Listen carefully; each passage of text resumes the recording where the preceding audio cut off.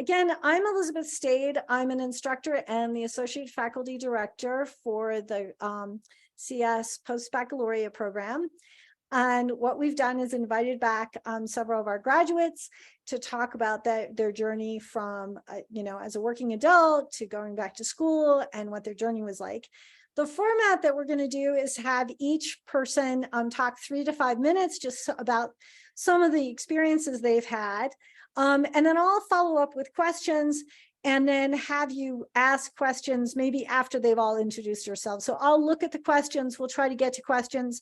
Let's start off with them in the chat with a big group. That's probably the easiest way to manage. Alicia, would you mind starting off? Would you introduce yourself and tell us a little bit about your journey? I would love to. Sure. And thank you, Elizabeth, for having me back and for setting this up and having us all here tonight. I feel like it's a really fun opportunity to just connect, and it's fun for me because I'm getting to see some familiar names and faces. And so it's just great to connect with folks again. Hello, everyone. So my name is Alicia, and I actually live out of the Seattle area, so a bit further away from probably most of the folks on this call, but had just a really wonderful and beautiful experience going to Colorado for my post-bac, and have recommended it to others and actually know somebody else in the program right now. And so it's been really fun to kind of still stay connected. A little bit about my journey. So my first bachelor's was actually in English literature. So definitely strong communications background, and originally had wanted to be a professor, which was kind of funny thinking back to how I ended up back in academia and then moved back into like industry work. But it's been fun to see that come full circle. And so I would say that, while I was in the program, I was really trying to leverage a lot of those communication skills, trying to get myself plugged in, networking. Got really lucky, actually, when I was about 3 semesters in, I landed my first internship at the same consulting company that I'm at now. So kind of my approach to the program was I front-loaded all my required classes, which is kind of funny because I think that's like the thing they recommend not doing is like front-loading all of the required classes together. But for some reason, I was like, this is the thing, this is the way I'm going to do it. And it just worked out really well for me because I knew I really just wanted to go for it and wanted to get into industry work as soon as I could. And so, I had a really good time doing that. Got very lucky, got connected to an internship. And so really got to roll up my sleeves and do some initial software engineering work. Alicia, how did you find that first internship? Yeah, so it was really just kind of luck. I hate to say luck because I like to think that it's like a lot of hard work, but I got connected to a recruiter that, first of all, if you can find a good recruiter, like hold on to them, because it's honestly kind of amazing if you can share a little bit about yourself and the skills you're interested in applying. They can really help you get plugged in. So all that to say, I got connected through a friend to connect with this recruiter initially. And then they said, you actually would be a really good fit for this internship program, because they were hiring for a lot of like full-time post-grad roles. And at the time I was like, just to be honest, like I am 3 semesters in, and so I really am eager and I have a lot of time to dedicate to this, but I want to make sure that I am like aligned for the role, right? So that I can actually be successful. So I think I was actually in hindsight probably downplaying my own abilities, because I got into this internship and then it just really took off from there. So then from there, I actually got hired on as a junior software engineer in a role which I remained throughout the rest of my time in the program. And so that was really fun for me. And then shortly after graduating, moved into a mid-level position. And so now I work under a principal architect, which I don't know if folks can do like show of hands. Are folks familiar with like software architects or solution architects or kind of that realm? If not, I can just do like a 30-second kind of summary of it. But so essentially, like if you think about a software engineer and their path, as you gain in seniority, it's really easy to get sort of pulled into like the management direction, where then you end up becoming like a manager of other software engineers. And so alternatively, you can follow the path of an architect. And so with that, I became very interested in this very quickly because I'm personally very interested in managing solutions, managing software rather than managing people. I love people, just totally not my jam to like manage a team of people. And it's definitely more my speed to manage systems and software that are working together. And so I was the first person to get hired on to this team, which was really cool because the super senior, like I just respect him a lot. So you'll notice I always refer to him as like super senior, but he's just like this super brilliant, like Harvard grad, principal architect. Some of like the greatest places you could ever think to work. Like he's worked at some of these places. So it's just been like such an honor to get hired onto his team and get to work on a lot of these projects with him. So with that, it's been really fun. I would say as a consultant, it's very unique because while I was in the program, something that was very, I would say like maybe a misunderstanding that I had about it was that I had to have it figured out right away. Like that I had to know, here's the stack I want to work in, here's the language that I want to become like super specialized in. And, I want to be super deeply knowledgeable in .NET, for example.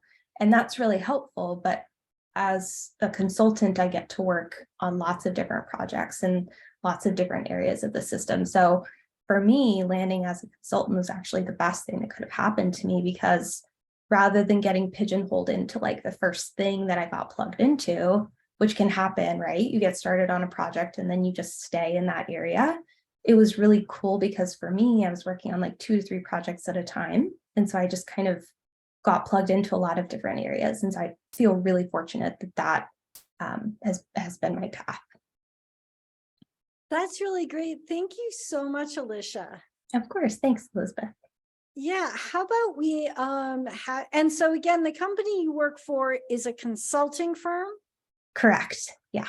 Okay, and so you go work for lots of other companies of which you cannot tell us their names. Yes, and it's not as like No. super And secret as like government stuff. We Right. work for, it's like all like commercial companies. So it's not like Right. a But government. not startups, for example. So it's a different from the start. And so I think that's really interesting about what Yeah. you're sharing with your experience that Yeah. you got some great leads. It sounds like by talking to people, being connected with people. Yeah. And then you in this, you get to work with a lot of different companies, but it's not the startup world. No, and actually I work at one company. So I would say my consulting company that I work at, I am on one client. Okay. And with that client, I work on currently 4 different projects for that client specifically. And so what that looks like is I'm a dev lead on 2 projects, and then mostly will step in on the other 2 if there's problems. So I started as an intern, then became a junior level developer. So I was developing out on different teams, different solutions, and then moved into mid-level. And now I'm at the point where I'm like a dev lead on these projects. So I'm working directly with a client, figuring out the needs, and then coming up with the technical specs that are required to actually build out the work, and then working with developers to When did you graduate, Alicia? I graduated in December. I had to think about that for a minute. I was like, when did I graduate? So that's a rocket fast, but you've been working with them before that. Great. Yeah. So it's been like 2 years at this point that I've been working with them. Awesome. Yeah. So let's move on. So what we're going to do is have everybody give us like this little 5-minute intro, and then we'll ask for questions after that. Just so we make sure that we get to hear everybody's story. Thomas, could you share your story next? Yeah, absolutely. So, hi, my name is TJ Dolan. I am a software engineer at a U.S. Space Force Research and Development Lab here in Boulder, Colorado. Been there for close to 2 years at this point. So, a little bit about my background. It's prior military. Actually, let's go back even farther. So, graduated from Indiana University in 2010 with a bachelor's in economics and worked in industry for a little bit, mostly finance. Realized I really hated it and I always wanted to join the military. So I enlisted in 2015. In 2018, I was deployed, and my wife, who's a lead software engineer at Heroku, suggested that I learn how to code. So, and I had 6 months of 12-hour shifts every day or close to every day. So I had a lot of time on my hands. So I learned how to code. I learned Python to the extent that you can in 6 months. And I realized, near the end of the deployment that this is really what I wanted to do full time. I thought, I really want to go back into government work, work specifically in national security. And I thought that I could contribute significantly more than I was at the time as an enlisted person if I had some more skills. So I got out of the military in 2019 and started the CS program shortly thereafter. So yeah, I started spring semester 2019, and I graduated in December of 2020. Let's see. So, and then I got my job offer in May of 2021, so about 5 or 6 months after. And let's see, I actually started in October, so there was a bit of a time gap there. When did you start looking for jobs? Did you wait till you graduated, or? Yeah, that's a great question. So I started applying in earnest in about November of 2020, so the month before I graduated, which is probably too late if I were to give advice here. I originally applied to a company called Palantir, which does a lot of government work. Some of you may be familiar with it. Mhm. And just give some brief advice here.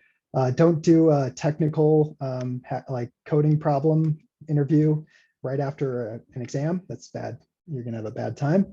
So needless to say, I failed that interview pretty significant, like catastrophically. So after that, missing out on the Palantir opportunity, I had an interview with a Google recruiter, and I passed the recruiter screen. And they were like, okay, we got a technical interview coming up next. Just let me know when you're ready.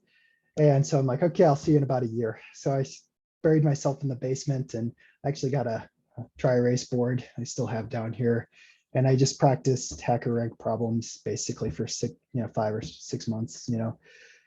Hacker Inc. Is that what you said? Oh, sorry. Yeah, like hacker rank, algo expert, those like competitive programming problems, things like that, just to On the prepare. web, just program programs on the web, Yeah. websites, right? Yeah. And so I was doing that all in preparation for this Google interview. But then I was like, hey, maybe I should apply to some other jobs just in case, So I just so happened to find out about this lab opportunity, which definitely aligned with my interests way more than Google. So I actually didn't do the technical interview with Google. I went to this job instead. Like I said, I've been here for about 2 years, and I love it. I think I'm gonna have a hard time going on to any other job after this because it's so much fun. So yeah, that's pretty much my background. Wow. So you went from the military, you came to the program in 2019, and you did the program, what, in 2 years roughly? I did it in, no, it's about 15 months. Okay. Yeah. So you went on a real fast track. That's right. Were Yeah. you working at the time? No, I was not. Okay. Right. Yeah. Right. So I think this is really, really important to point out to everybody. It is really challenging. Or I don't know, you tell us, could you have done it while you were working? Probably not. No, I don't think so. I had the GI Bill, so I had a little bit of money coming in from that, and that helped. So I would not have done it I would not have attempted this if I was working full time. That's You wouldn't sure. have tried to do it in 15 months. Yeah, that's what I mean. Yeah. Right. Great. Well, and I think it makes sense that you didn't have time to apply before that. Yeah. It's basically like started the program and then started applying to jobs right after. Yeah, that would have been pretty quick turnarounds. Right. Great. Thank you, Thomas. Janet, do you want to tell us a little bit about your path? Sure. So I'm Janet, and I actually just graduated like 2 weeks ago. So probably the newest grad on the panel. My first bachelor's degree was in poli-sci, and I did a lot of communications work and nonprofit and corporate communications. And then shortly before the pandemic hit, I was sort of looking at other opportunities because it just wasn't making me happy anymore. And then the pandemic hit, and my job, I was laid off with a bunch of other people. And I found this program, and I had done a tiny bit of programming, but I really had no technical background really before starting. So my plan actually was to do something similar to what Thomas or TJ. Yeah, I go by TJ. I don't actually TJ, change my okay. name on Zoom. Is to do what TJ did and try and do it full time and finish in 15 months. At the very end of my first semester, though, I found out I was pregnant. And I obviously could not keep up that pace, especially during my final trimester and also once I had a baby. So I really had to scale back. And it ended up taking me about 2.5 years. So I started January 2021 and then just graduated. And so that was something that definitely gave me a lot of anxiety. Ended up being totally fine. And I also had no connections. Like, I didn't really know anyone in the industry, or the people I knew were so high up that they were like, I have no idea. I can ask someone if they're hiring entry level, and then like never got back to me.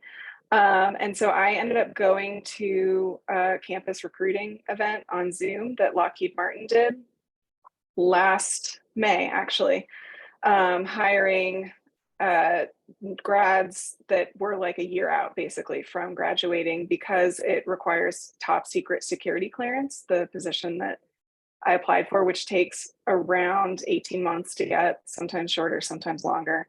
It's been a little less than a year, and I'm almost done, I hope. And so basically they had like an information session and then some job codes that they gave specifically for that campus recruiting event. And so I just, went to their website and put in that code, and I didn't hear anything for a couple of weeks. And then I had, I think, 3 interviews that were all over the course of one day. And it wasn't really technical. So it wasn't, like kind of like what TJ was talking about, like I practice a lot that I didn't end up using, like LeetCode and HackerRank and stuff like that. They were more interested in my communications background, actually, which I think Alicia found to be true as well. If you have any other skills in that way, definitely mention that. I think it can be useful. So did you feel, Algorithms. Janet, did you feel that they appreciated you as an older student? Because I know sometimes people are nervous about that. Yeah, I was really nervous about that too. And I actually, when I got to like the final interview with the actual hiring manager who hired me, he asked a lot about that and sort of like what my background was, how I felt about, like written communications, like group work, stuff like that, and mentioned that they have a lot of very talented technical engineers that were not as strong on the communication side. And because of that, I actually was offered a systems engineer 2 role. So I applied for entry level new grad and was offered a higher role specifically because I had that background.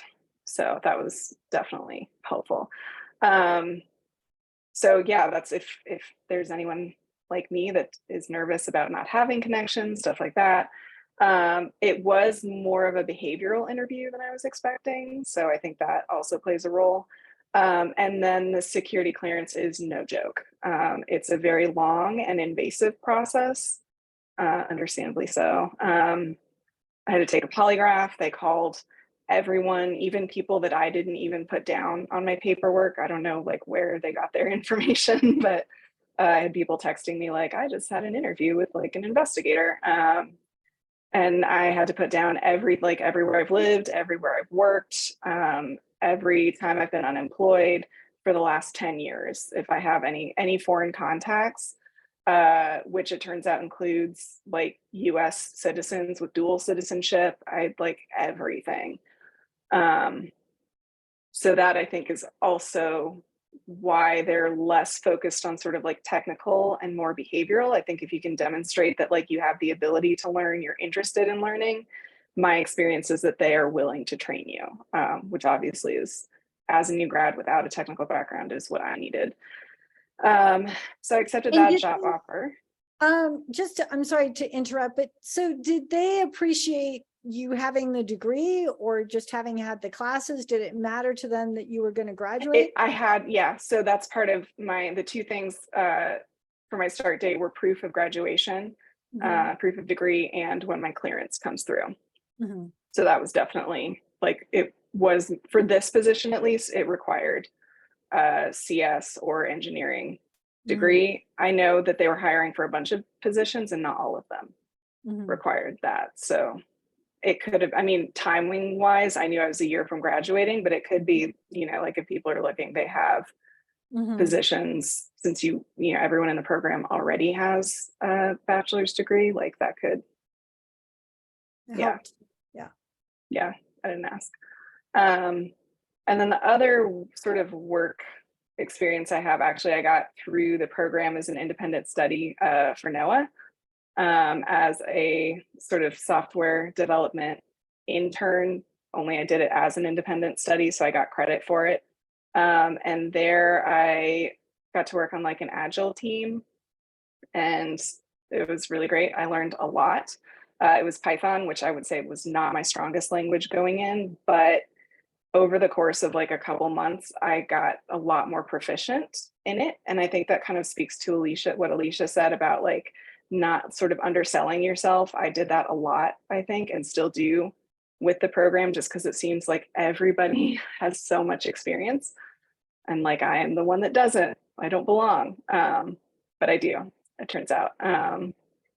So yeah, that was a really great experience. And I think if just internships in general, if anyone, ooh, goodness, And losing my who did headphone. you do the research project with at NOAA with?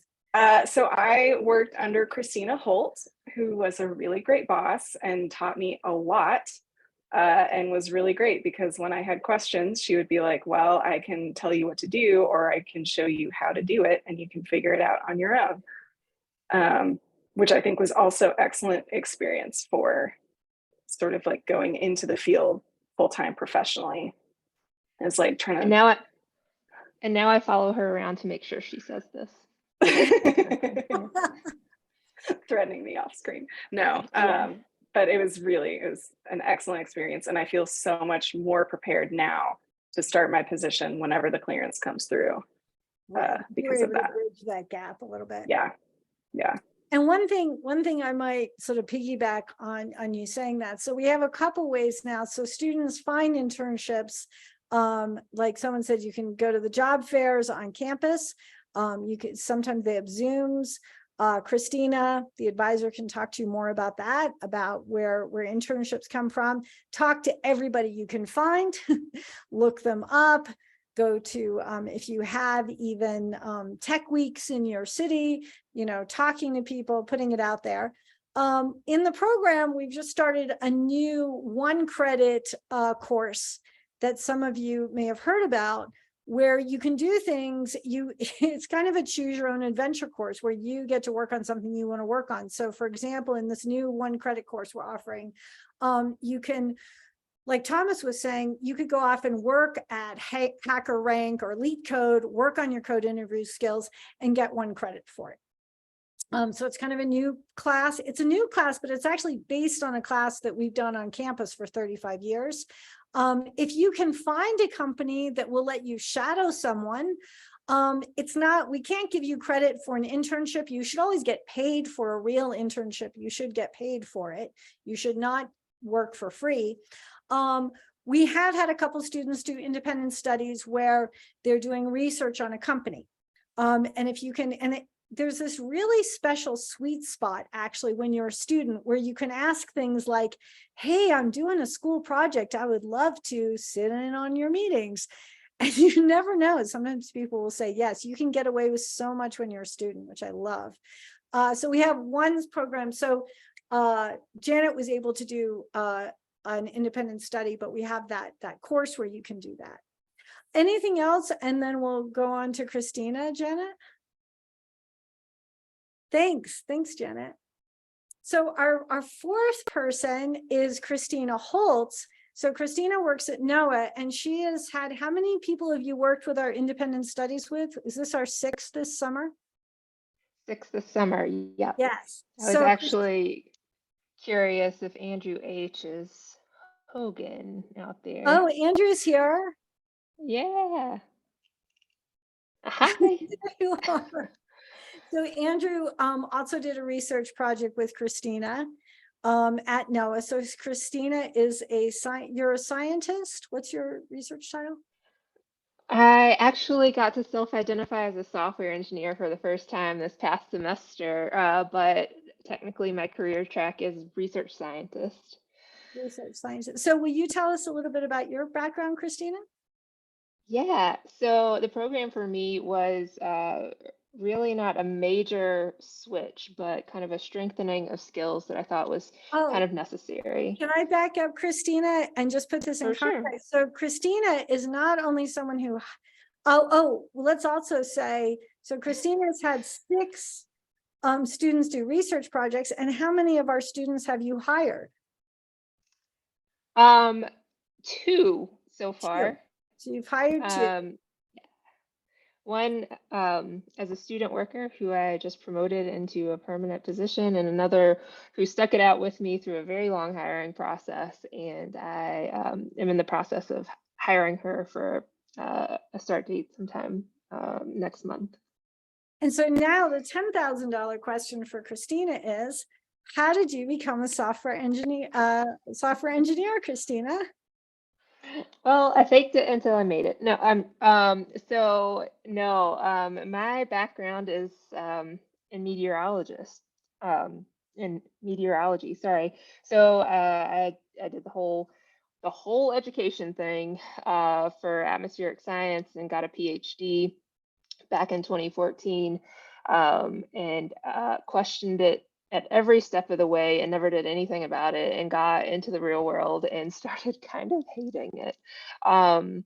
So as a scientist, I felt like everything was kind of hacked together. I had to do that every single time I touched code. I saw other people doing it in ways that I'm like, this has got to be better. Like, I can't believe that to some degree our US numerical weather prediction software is built on this crumbly structure that it is. And I always had this very strong urge to make forecasts better. And I thought I was going to do that from the science side. And it turns out that, the area that needs it most is really the software. And I started really digging in that area. I went out into the private industry for a little while at a startup in Boulder, Aspire Global, where the weather group there was actually run by a lot of people who were kind of cherry picked from NOAA and NCAR here in town. And so it was a very similar experience, not very startup like at all, for a couple of years. And that's where I met some really awesome software engineers who kind of took me under their wing, encouraged me to pursue it, so that I could start self-identifying, and helped me decide to start the program. And I just happened to get in there, start looking for those programs just as this one was starting up. So I started, I think, with the first semester in spring 2018. Right. Just to be clear, Yeah. Christina was part of our very first cohort in the post-bac in spring 20. Yeah. I worked the whole time at startups, came back to NOAA for the last couple of semesters here. And when I say NOAA, I am actually hired and employed through the university. So CU is my employer. I work for the Cooperative Institute here on campus, and that provides essentially contractors to NOAA across the street.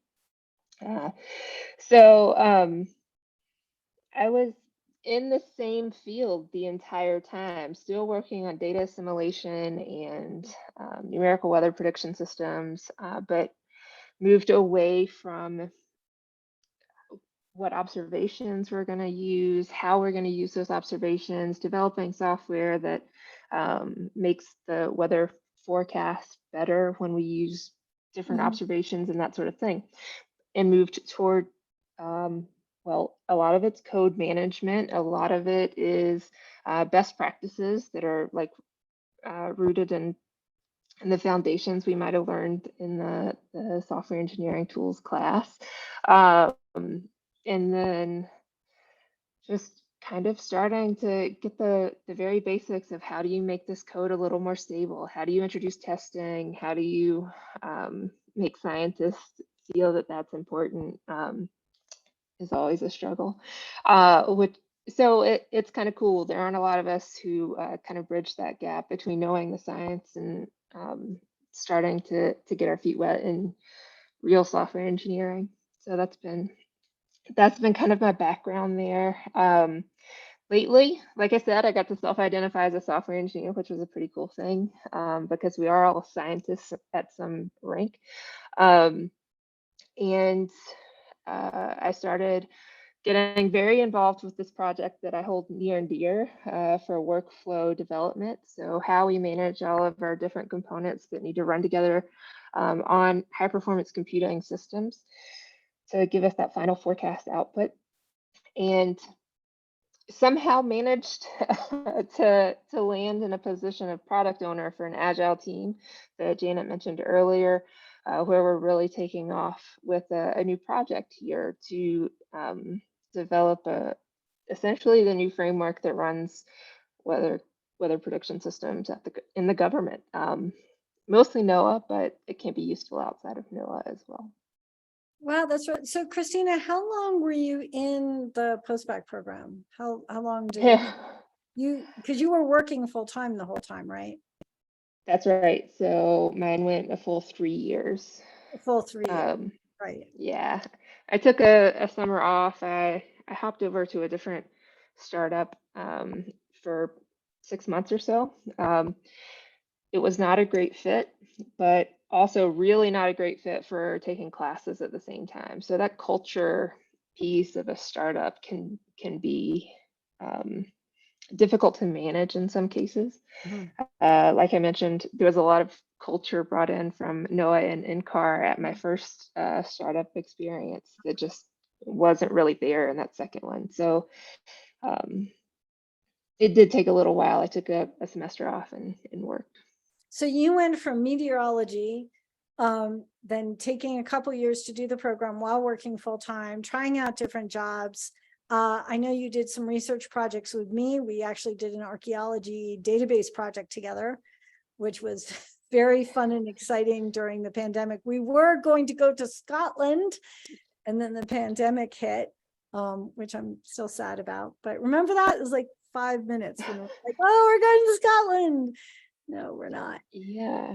But I do remember that. Yeah. Yeah, you probably forgot. But what was kind of exciting about what you've done is you started off, you still do meteorology, but you shifted to being a software engineer, and you take on some of our students, and you have hired some of our students, which is really, really exciting. So I appreciate all of you so much for bringing your diverse perspectives and experiences. So what I'd like to do now is open it up. If you guys want to post some questions in the chat, if you have a question for a specific person or to everybody about how they found their job, how they balanced work and life, would they do anything different? You can post those in the chat and I will look out for them. And if nobody posts anything, I'll invent some questions.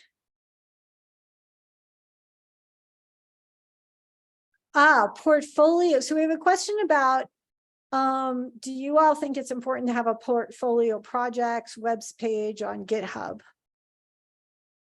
Would anyone like to answer that? I can answer that. Yeah, good. Sure. So I actually do a lot of hiring. Right now, I'm actually, I was just reviewing a candidate's information today because I'm interviewing her for a team that I'm building on Friday. And so this is actually a super relevant question that I was just thinking about today. So thank you for asking, Patrick. I think it's funny, there's a joke in consulting that the answer is always, it depends. And I hate that because it's like, at the end of the day, it's like, of course it depends, but like, I would say the trend is that it's more important to be able to speak about your work than it is to actually have things on GitHub. So having things on GitHub, having projects on GitHub is great.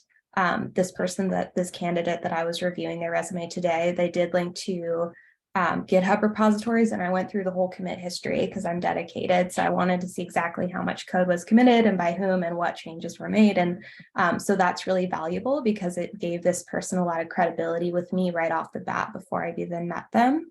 And then it also queues up a couple questions that I have for this candidate now on Friday. That said, I have interviewed and hired many candidates purely based on their resume and their interviewability alone. So similar to what Janet was saying earlier, like I actually don't do technical interviews so much as I do, I would say, just conversational interviews. And a big part of that is you can tell if somebody knows what they're talking about in this industry. So if I'm interviewing somebody and they have a technical skill set on their resume and they can't answer questions about it, it doesn't matter if they have it on their GitHub. I know that they don't know it. So take that for what you will. I think it's really helpful if you have a lot like to show on your GitHub, but at the end of the day, whether you have one repository or 100 repositories, like if somebody's asking you questions about the stack that you're listing on your resume, like that's what's going to set you apart. Thank you, Alicia. Thomas, were you going to jump in there too? Yeah, I would say that as an applicant, it helped me to have a couple side projects in my GitHub. It was mostly like talking points, and we could talk through sort of my logic for building those applications. But as someone hiring people, I tend to like to look at.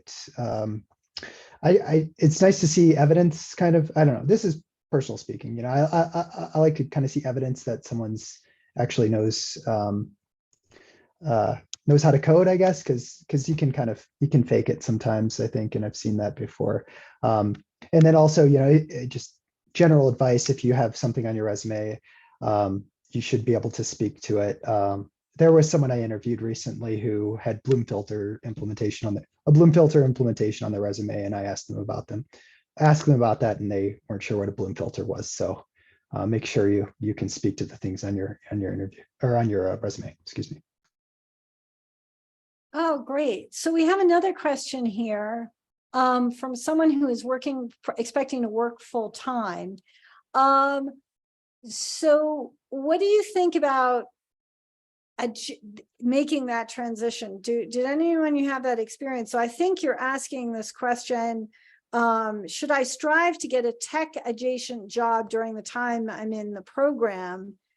And maybe the question is, when are you ready for that? So if you're coming in, you don't have a tech background, I think maybe this is what Brandon's asking, and you want to get tech adjacent, can you do that right from the start, would you say? Or is it better to wait till you have data structures under your belt? Like, when would you start making that move?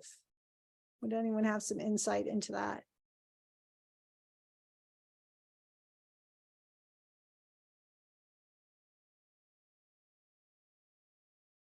That's hard. I'd say, personally speaking, just chime in again here. By the way, we are looking for interns and full-time software engineers. So if anyone's interested in working in national security, please email me. Sorry for the shameless plug. Thomas, let's put it in Slack. You can email me and we'll post it, or Christine, okay. email me, Yeah. and we'll if you write Perfect. something up, we'll post it in our Slack for the program. Okay, cool. Sounds good. But I think I'd love to hear what you have to say about that, Thomas. Like, how do you start making that move? Yeah, I think for me personally, just like within our culture at the lab, we're looking more for personality. You have to be willing to learn, and I think if you're in the program, you're probably able to absorb the concepts that you need to pretty quickly.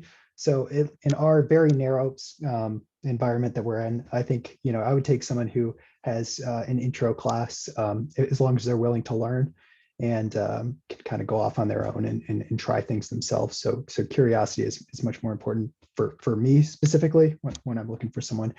So, but that may not be what other companies are looking for. They may be looking for someone who can, knows databases and things like that. But for me, if you know how to code, if you know how Python or any language, you could probably you'd probably do well. And this is something I've heard from a lot of students too. And I think it comes to like internships. If you're working full time, if you have a family, I know some people have waited to look for a job till after they graduate or till they're in their last semester. And especially people that might be taking 3 years, if you're, home with your kids, or if you have other obligations. I've seen both. And then I have seen people take off a whole semester for an internship. And it really, really depends. Every way works.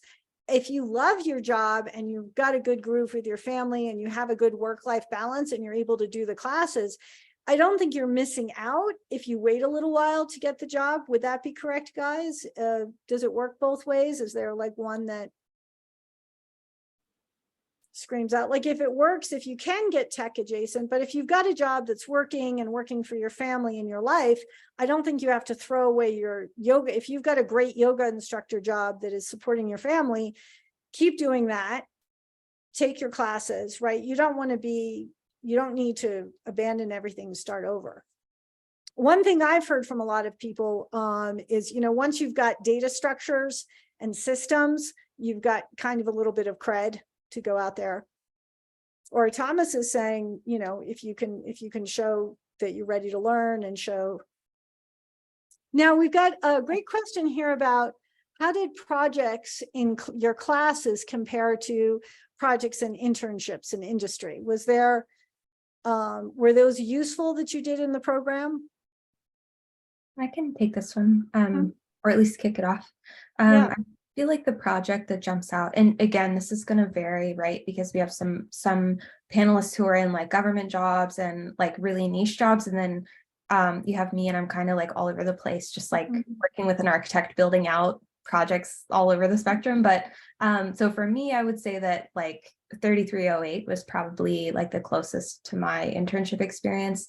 If you can build, it's interesting. I actually recommend taking that class earlier in the program, just because I feel like it teaches you like a pretty broad set of skills. For me, like my focus is always breadth and then depth from there. So just because if I go too deep in one area, then I may be missing out on another area of the stack that I like a lot more. So with 3308, it's really interesting because you get to build something that's a little bit more full stack. And I put that in air quotes just because it's still in a class environment. So you're not working with like an industry sized database. You're not building out like a full scale API that you would be building out in industry, but it's enough that you can get the flavor of it. And you can also start to learn like something that I would recommend actually learning more deeply is the patterns around it. So a lot of this is probably stemming from like me being on a team with an architect. And so, I'm hearing all about architectural patterns all day, but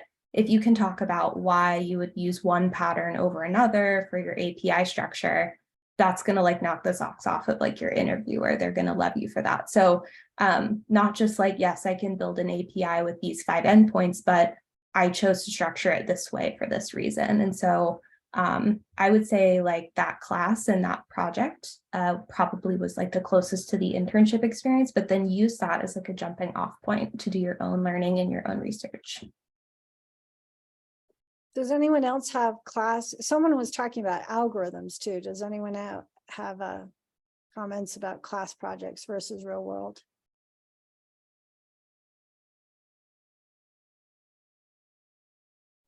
I mean, I think I was the one that mentioned algorithms, and that was more for my like in my interview. I think but I feel like what you learn in that sort of applies to every other class. Like it's pretty essential, I think. So I feel like the two for me would be like data structures and algorithms. I think we're kind of like the most, like once you've gotten through those two, you can kind of like fake it through a lot. And so is 3308 software tools, Alicia? Okay, yeah. So those are the three. I think if you've taken those three, like you're pretty, and you're like comfortable with it. Do you feel like, I'm curious, I often think about culture. Like we always talk about that this isn't a boot camp, that we're talking about building computer scientists. do you feel like throughout the different classes that you have the vocabulary and the identity and understand the culture, like not necessarily specific questions?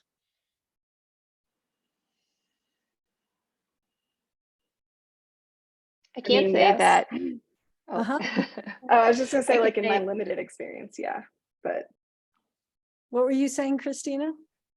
I was going to say that we did find that software tools before coming into our team was a pretty important one. And that is a lot about the first weeks when you're onboarding and having the language to discuss what it means to have an agile team and ceremonies and work with a Git repository and what a daily stand-up is, all of those kind of things. Like I, I I feel so strongly for Andrew as he came in without that background, and my goodness, the information overload that I threw at him in the early days had to have been so much. And then we learned from that experience. He gave great feedback, and then we're like, okay, maybe having this background and having this language already kind of fleshed out makes it a little better. So we get people coming in knowing that we have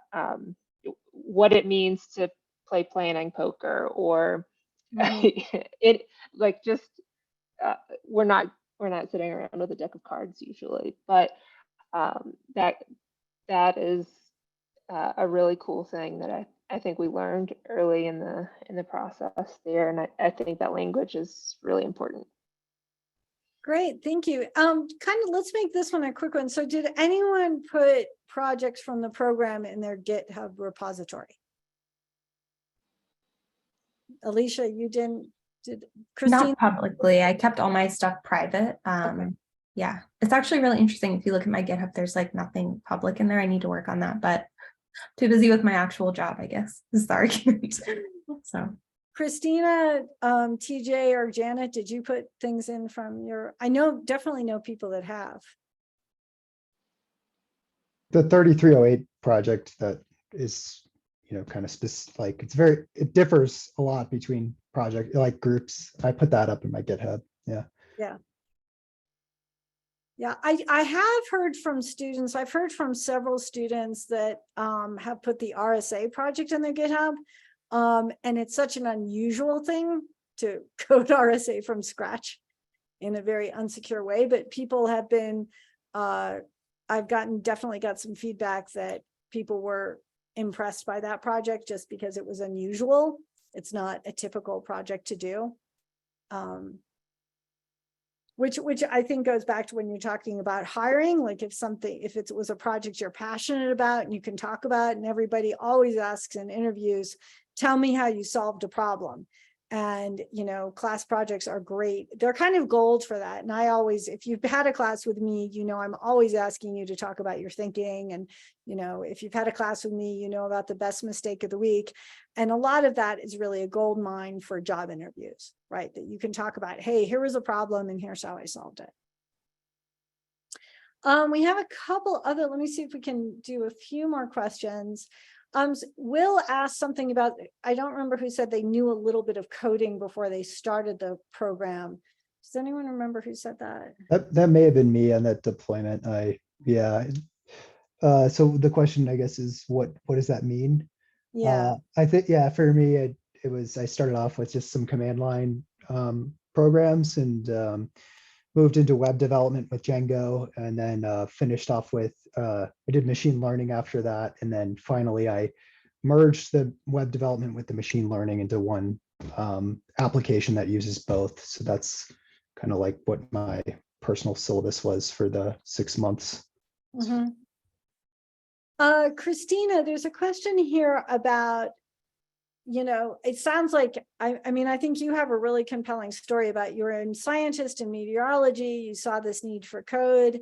So if you're interested in biology and ecology, everybody's using code, everybody's using APIs, everybody's doing this. Do you have any insights about how you might find those sorts of things? In particular, getting in touch with folks at universities is going to put you into a space of, you know, being able to get into that research specifically.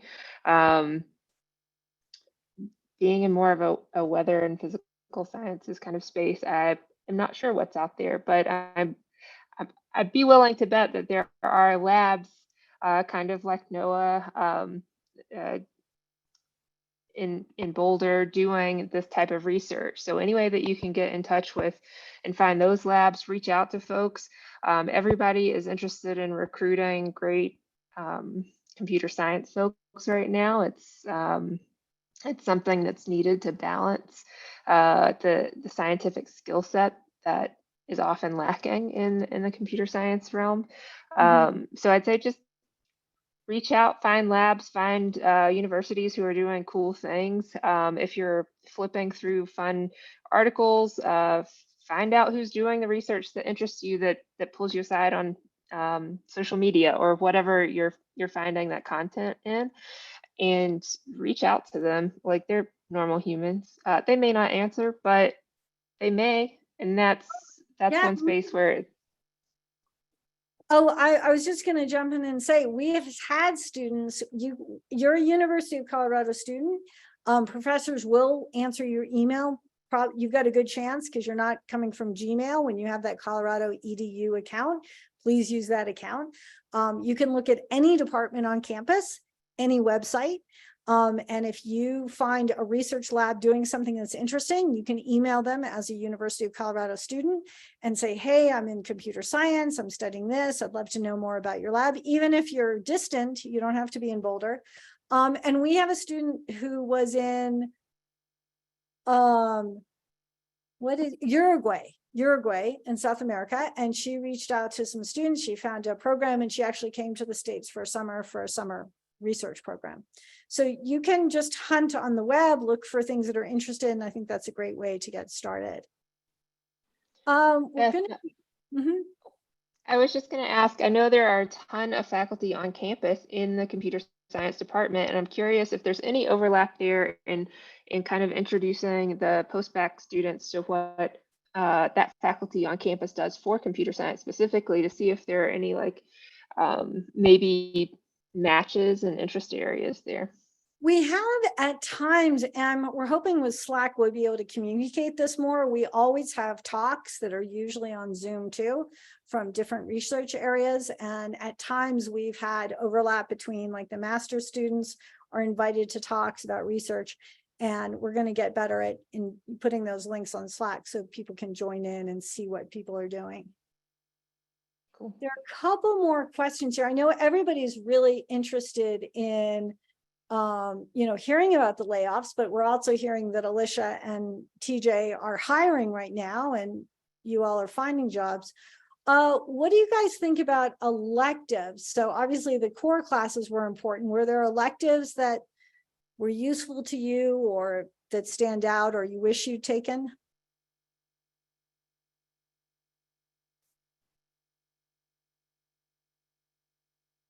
Sorry, database systems for me was, I don't know if that's still an elective or not. Oh, yeah. Yeah.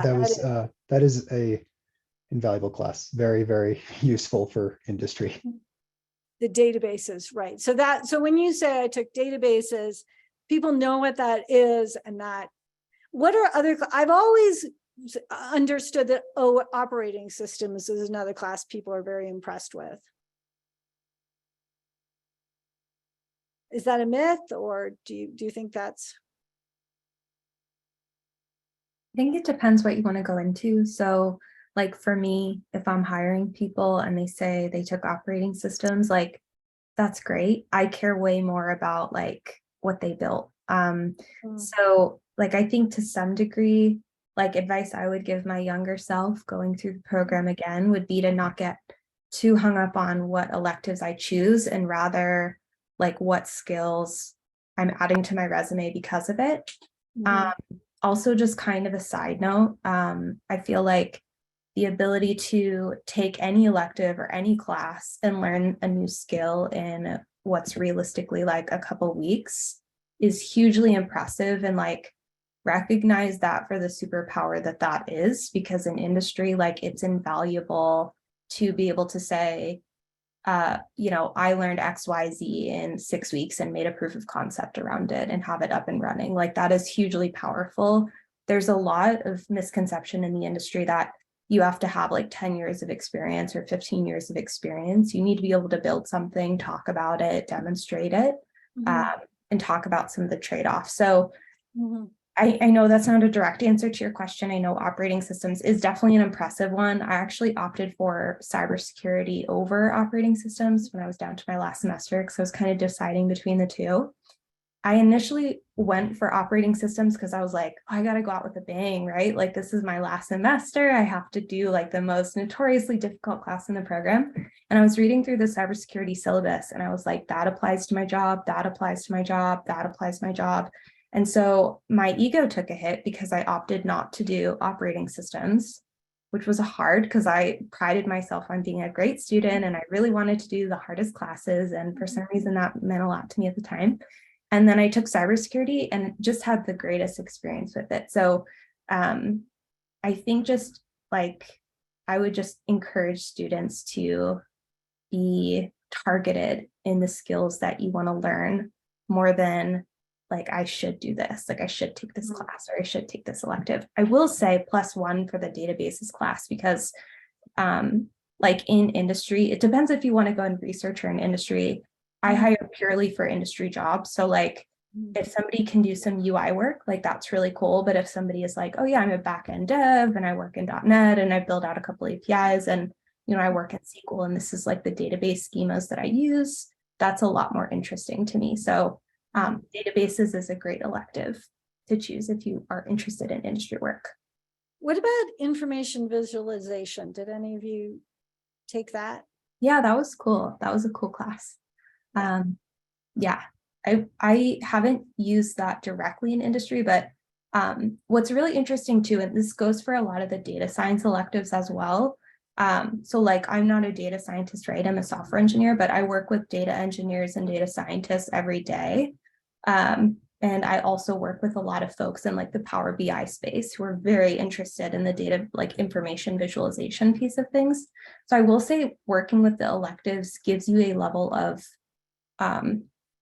ability to have conversational dialogue with your industry peers. So even if you've done something and just have like a cursory knowledge of how to use it, maybe you took a class in the post-bac program, like folks will recognize you and your ability to understand what they're doing, which is always really helpful.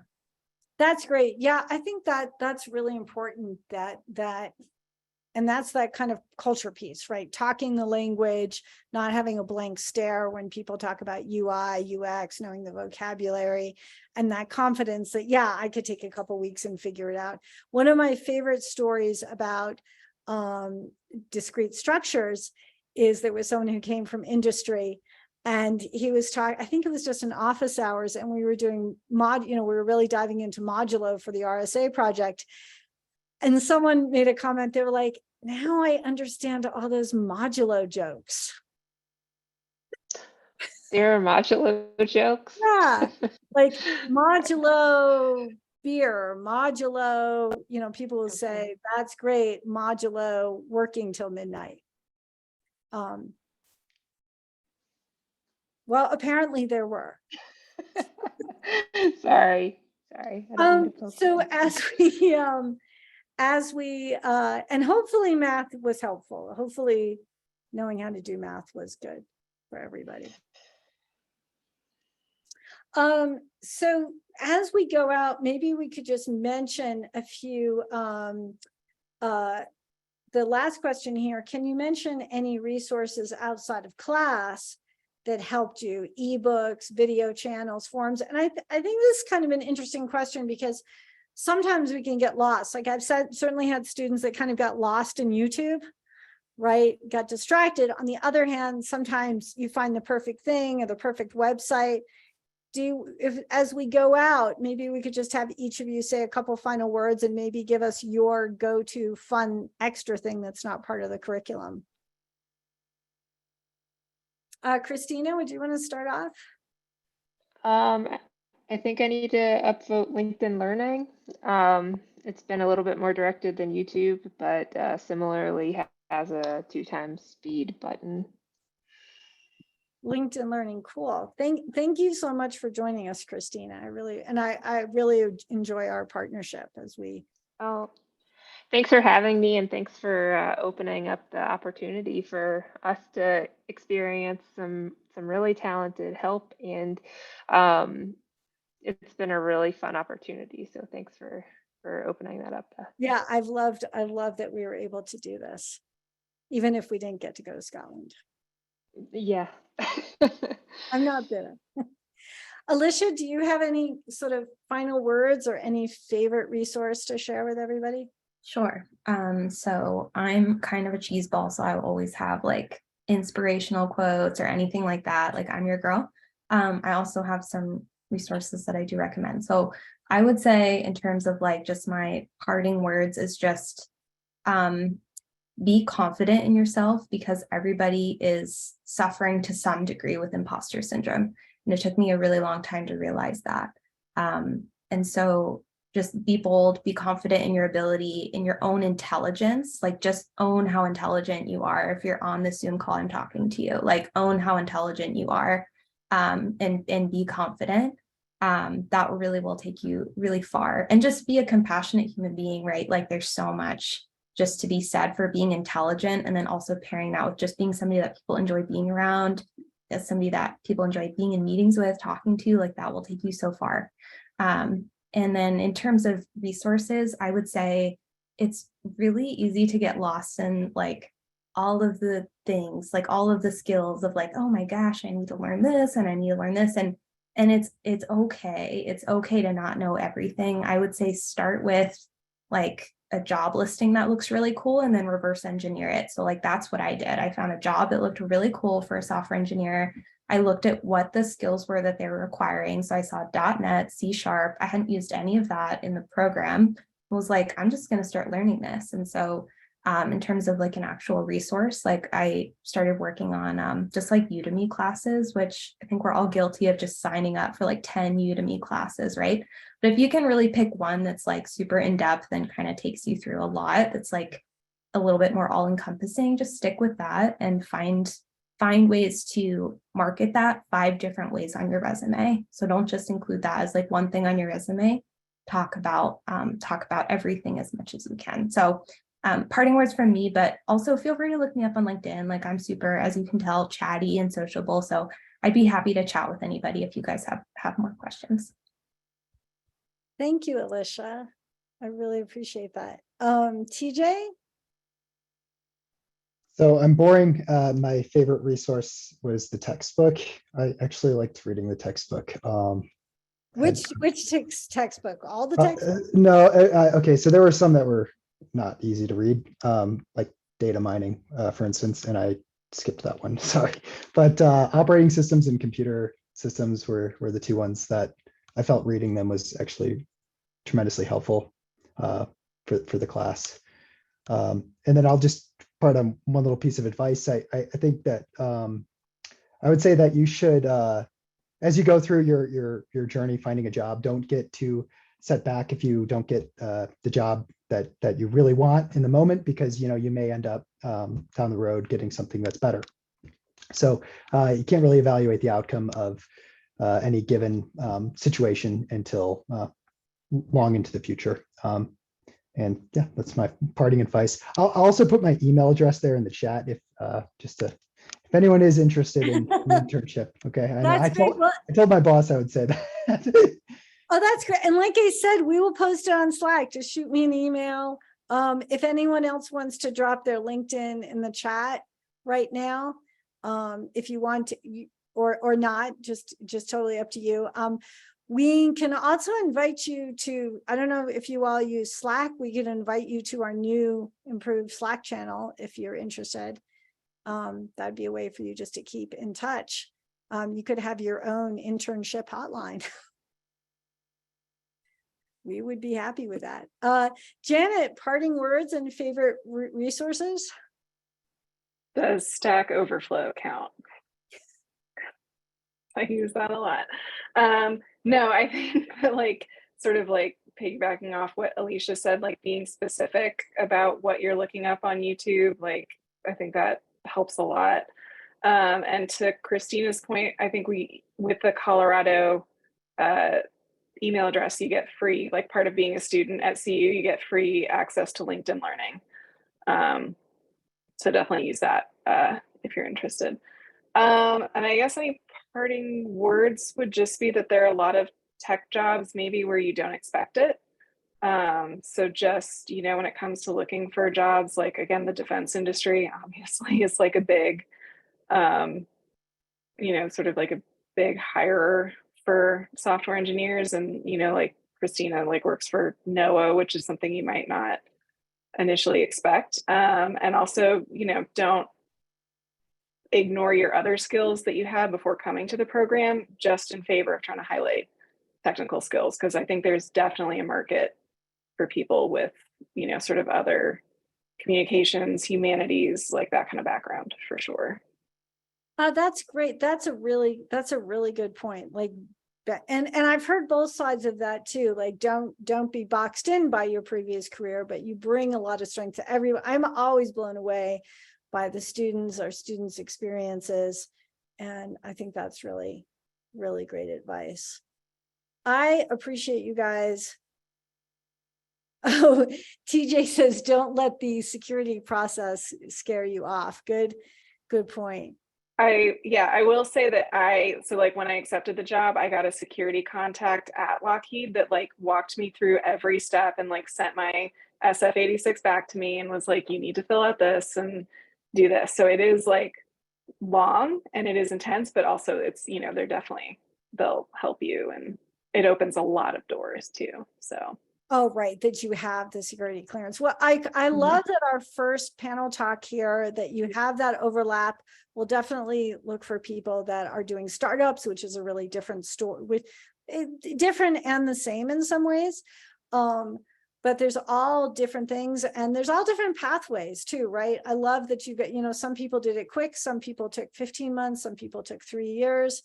And as an adult, I got master's degrees in my 30s in mathematics and in civil engineering. And it can be, I know what it's like. As we come back to school as an adult, it's hard. And we might want to race through, but I love that you guys, prioritize your family and your lives too. And you can take 3 years and get the job you want too. So I think that was a great story. I really appreciate that. That it's not a race, right? And I think it was TJ or someone saying like, you don't know where the job is going to come that you don't expect. And I really appreciate what you were saying too, Janet, about, they appreciate that you have this experience. They're not just looking for, hot shots right out of university. And it's just so great to see you all again. I loved having all of you in my class, and I love that you have so many experiences that you come back and shared. And thank you to everybody for coming. So I think we'll just wrap it up now. And thank you so much. We'll record this, and I'll probably have Christina edit it, and we'll share it out with people. And if you all want